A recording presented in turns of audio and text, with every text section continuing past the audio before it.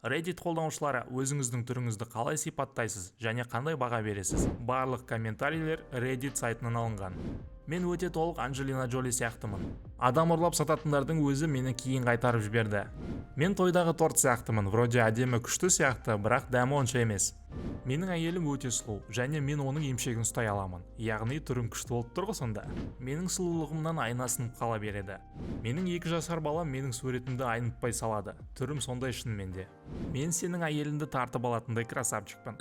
Бауырым, сәл көтіңді қыса ғой. Базарда түрі ескіріп кеткен овощтарды арзан бағада береді ғой. Мен сондаймын. Менікі мемлекеттік жұмыстарға баратын, бірақ бизнеске келмейтін түр. Менің түрім нағыз радио жұлдызының түрі ғой. Невидимка сияқтымын. Қатты урод емеспін, бірақ көзге түсетіндей қатты сұлу да емеспін. Менің сұлу әйелімді қарата алатындай сымбаттымын, бірақ сұлу әйелді қараттым деп сендіре алатындай сымбатты емеспін. Мен өмірімдегі бірінші кездесуге барғанымда есікті оның мамасы ашты. Мені көрді де, мынаның түрі манағыларға қарағанда нормаль екен. Әйтеуір жоқтан жақсы ғой, шықсаң болады деп айтты. Жорстко айтыпты не болса да. Білмеймін, әйтеуір көшедегі иттің бәрі мені көрсе үре береді.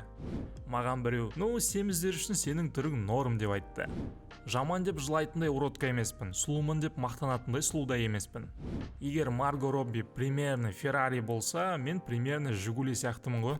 Мен самооценкасы төмен әйелдер үшін өте тартымды жігітпін.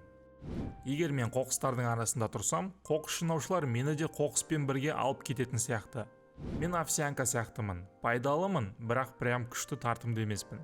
Киноларда артта біреулер жүреді ғой, көшеде өтіп бара жатады, сондайларды ойнайтын түр менікі.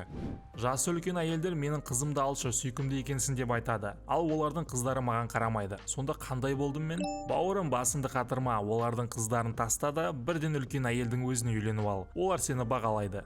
Ормандағы ағаш сияқтымын. Қараңғыда онша емес, күн әдемілеп түскенде ғана норм көрінетін. Мен Лос-Анджелеске актер боламын деп көшіп келдім. Қазір жазушы болып жұмыс істеймін. Енді ойлап көріңдер түрім қандай екенін. Киноға түсіретін емес енді түрім, бірақ былай обычный өмір үшін нормаль сияқты. Басқаларды білмеймін, әйелім красавчиксің дейді. Маған сол жетеді. Өмірдегі ең сымбатты жігіт елестет. Аха, ол мен емеспін. Менің түрім онша емес негізі, бірақ бәрі менің қасымда жүреді. Ол әрине ақша. Ал сен өзіңнің түріңді қалай сипаттайсың және 1-ден 10-ға дейін қандай баға қоясың? Комментарийға жазуды ұмытпа.